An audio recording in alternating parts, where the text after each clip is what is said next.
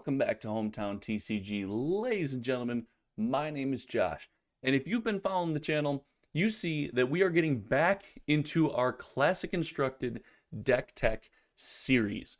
But with that, there's a twist.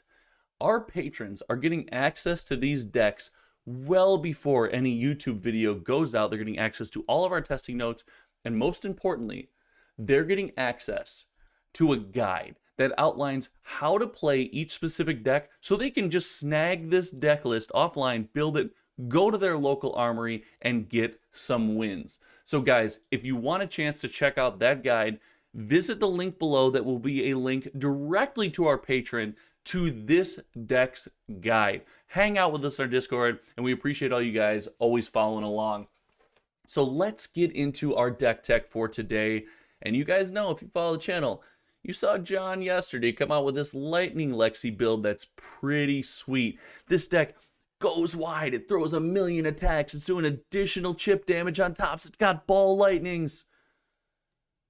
But that's not how we're going to play this. We're going to focus on the inevitables in life. We're talking death and taxes, and this Frost Lexi build is going to make playing aggro an absolute nightmare for your opponents. So let's dig right into this and let's talk about the theory of the deck. What we want to do with this deck is we want to keep the game close. We want chip damage. We want our life total and our opponent's life total to be around the same throughout the game. And then we want to hit with meaningful and devastating hit effects. We want to grind this game out to a low life total and use Dominate to close this bad boy out. And let's talk about how we're going to do that, and that's going to start with our equipment suite. We have seen a lot of Lexis taking advantage of Voltaire, throwing multiple arrows, the constant go again. It's very awesome, but for this deck, we want Dominate, and we want it on tap. So we are using Shiver. The Dominate with Shiver is absolutely fantastic. Very rarely do we ever use the +1. The Dominate is where it's at. That's why this bow is in this deck. If you look, the rest of the equipment seems to be a pretty standard set for Lexi. Nothing too crazy. We are using Bullseye Bracers on turns where we're starving for pitch, or we do have a very rare instance of going in. We need a way to throw another arrow at the opponent. Bullseye Bracers can get the job done. Findell Spring Tunic, I think, is great. We often need the extra pitch. We're often trying to play this grindy game so we can get 3 to even 4 triggers out of Findell Spring Tunic, so the value is absolutely there. On the inverse, the side deck card is Heart of Ice. Guys, I believe this is one of the best side deck cards in the entire game. This deck definitely struggles in the Control v Control matchup because of your lack of an efficient weapon. So Heart of Ice is absolutely necessary to really make your opponent pay to stop your damage. I was worried about New Horizon in testing with this deck, but we are absolutely able to take advantage of New Horizon. It's a fantastic piece of equipment for this deck. Definitely go with New Horizon. If you don't have New Horizon, you have a Skullcap, you can make use of the Skullcap as well. And Perch Grapplers is in here for one reason and one reason only. It's a 2-block. I have yet to use the ability from Perch Grapplers. If you guys build this deck, you're able to get off that ability, let me know in the comments below. So we talked about the fact that we need devastating hit effects, and we want to play this long, grindy game. And the efficiency of that starts with your pitch. We are running, I believe, 24 blues in this deck. So we're running a lot of pitch because we don't want to be left without one. And we do want all of our pitch to be meaningful. So starting in the bottom right here, we're going to talk about the weird one-off Winter's Grasp. In the control matchup, when you're running a full stack, you're running well more than 60. Our pitch ratios were getting a little bit off. We needed one more blue. Winter's Grasp is a blue. It does block for 3. It's an ice card. It does a lot of what you want to do. So we went with a one-off of Winter's Grasp. Moving on, we have a lot of cards that can be used as fusion mechanics, then thrown in Arsenal, and aren't too taxing on you to play. Because as we tax, we want to tax the opponent, not ourselves. And that is Winter's Bite, Polar Blast, and Chill to the Bone. These are they're free and or cheap effects that replace themselves coming out of the arsenal that are meaningful, right? Winter's Bite taxing the opponent, whether it's their Tunic resource or a card from hand on defense. Chill to the Bone threatening an additional hit effect on your dominated attack. And Polar Blast, which can I guess, give you the option to turn on the +1 with Shiver. It can take resources from your opponent, and it does replace itself. So it's absolutely crucial here. A couple more ice cards that we have in the deck. We have the Amulet of Ice and Blizzard package.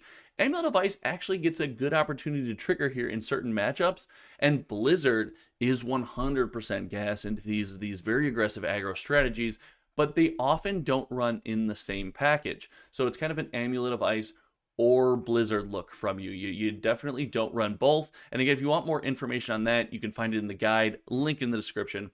And then the final ice card that I absolutely love in here is Channel Lake Frigid. This card does everything you want to do. It's not uncommon to get 2 turns of tax off of this card. It's a great arsenal target. You can use it to fuse. In a pinch, it does block for 3. It's a blue. This card does everything this deck wants to do. So we've solidified our pitch. We have good numbers, but we have to have this defense that we're talking about. We can't have our opponent just running over us, running through our attacks and dealing all this damage. We want this grindy game. We want it close, and we want to keep those life totals right in check with one another. So we're running a defense reaction package of take covers, sink belows, and Fate for Scenes. Starting with the Fate for Scenes, the Opt 1 in a control deck is a decent mechanic. You can't make it as much use of it as you could with someone like Azalea, where you're blinding off the top, but the Opt mechanic to kind of see what's coming up, see what you want, see what you don't in a control deck is useful. Love Fate for Scene here. More so than that, Sink Below, the ability to take a card, whether it's an attack you would rather have late game to dominate, to close something out, whether you need a blue and you have 2 attacks, something to throw away to try to dig for some value is absolutely crucial. I love Sink Below in this deck. I often find myself sinking with it just to pull up something that I might need. And then finally, Take Cover is a really cool mechanic as well. It's a weird option to throw in the arsenal on a heavy tax turn where your opponent's only going to throw one thing to you. You get to reload. You throw an ice card in there. You can then trigger Lexi's power, add an additional tax to your opponent's next turn, and then throw some dominated attacks. Take Cover is very cool. The worry here is you don't want to get it stuck in your arsenal. So make sure against the control matchup, you're not getting Take Cover stuck in there. You kind of waste an arsenal slot. You would flip it face up to trigger Lexi. It would do nothing. It would give you the access to the additional arsenal slot. It's just bad. Make sure you're not doing that. So this is kind of the package we're going to use to keep our life total close. You know, blocking with 2 cards is not a bad option in this deck. Blocking 1 to mitigate a little damage, depending on how much tax you put on your opponent for the upcoming turn. But we need attacks, and we need meaningful attacks with great hit effects that are going to cause the opponent to stress out over their turn and not be able to play the way they want. For this, we did lean on a couple of the old arrows. We are running the Remorseless, Sleep Dart, Hamstring Shot package for 1 cost, and we are running Searing Shot in here for a 0 cost, because oftentimes, you know, maybe you have to block too much, you're a little short on pitch, you can only load Shiver, and you need something free to fire. Searing Shot is a good target for that. So we are leaning on some of these old arrow hit effects. Sleep Dart can absolutely shut down some matchups. Remorseless provides an additional yet different form of tax on the opponent to try to keep those life totals even more in check. And Hamstring Shot, guys, it's just good. It was Frostbite before Frostbite. It fits perfectly in this deck. Big fan of Hamstring Shot. So outside of that, we do have a lot of new arrows in the build. We got 3 of them. We're running 9 new arrows in this build. And for a build that doesn't run a ton of attacks, that's a lot. So we're running Blizzard Bolt, Chilling Ice Vein, and Cold Wave. Now, Blizzard Bolt and Chilling Ice Vein just seem like staples in this deck. Both the hit effects are absolutely incredible. Chilling Ice Vein, you have to be careful because you don't want to use it when your opponent has a Tunic, thinking you're going to get a card out of their hand. They use the Tunic counter and they can still go off on you, right? So they're all situational. You want to use them, but the hit effects are awesome. Combine that with a Chill to the Bone, a flip up Lexi power, right? I think it's a very cool opportunity for you to apply these devastating hit effects to your opponent. And when we're talking hit effects, we can't help but talk Command and Conquer. With multiple arsenal slots being available, with Oldhim coming into the format and bringing a ton of new defense reactions, Command and Conquer's value just goes through the roof. We love seeing that in this deck, so we're running Command and Conquer. And finally, Cold Wave, for the additional tax on players or heroes that play defense reactions or instants on their turn. If you couple that in a control matchup with Heart of Ice, you can almost shut down any defensive turn, and often you need that to push through damage to get these wins. So Cold Wave is an absolute necessity.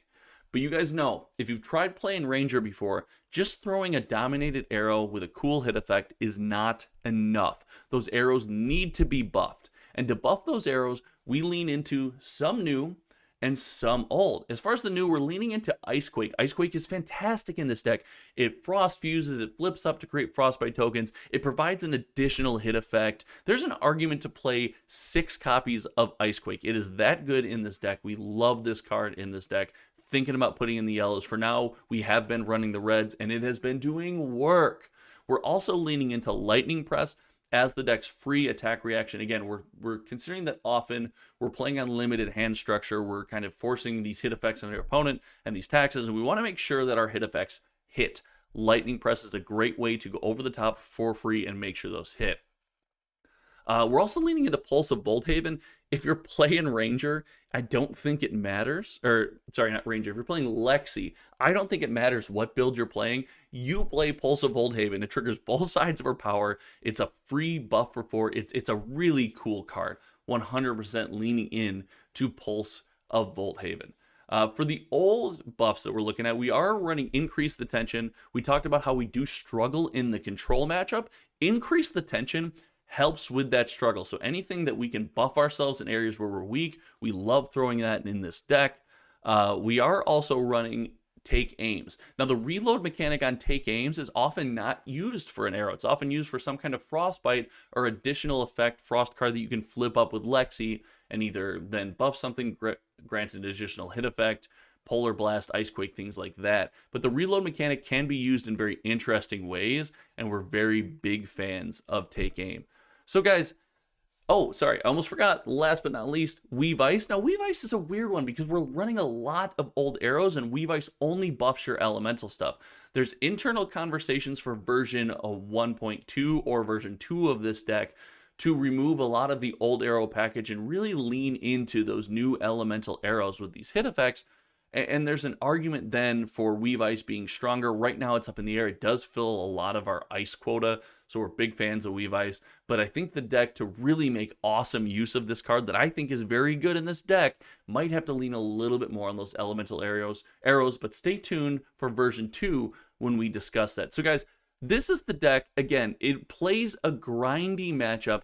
It's very, very fun to play as, to play against. It creates a lot of points where your opponent's got to make some tough decisions, got to decide what they want to pay for. So in closing, again, if you want a full guide of how to play this deck, click the link to our Patreon and sign up in our video description. All of our classic constructed decks are going to come with full guides. Guys, thank you very much for hanging out with us. Get out there, play this deck. Let me know what you think about constantly taxing your opponent. And I got to tell you, I'm excited to hear from you. So until next time, when I think we're finally ready to cover a new hero, we got all the Lexi out of our system. My name is Josh, and we'll see you guys around.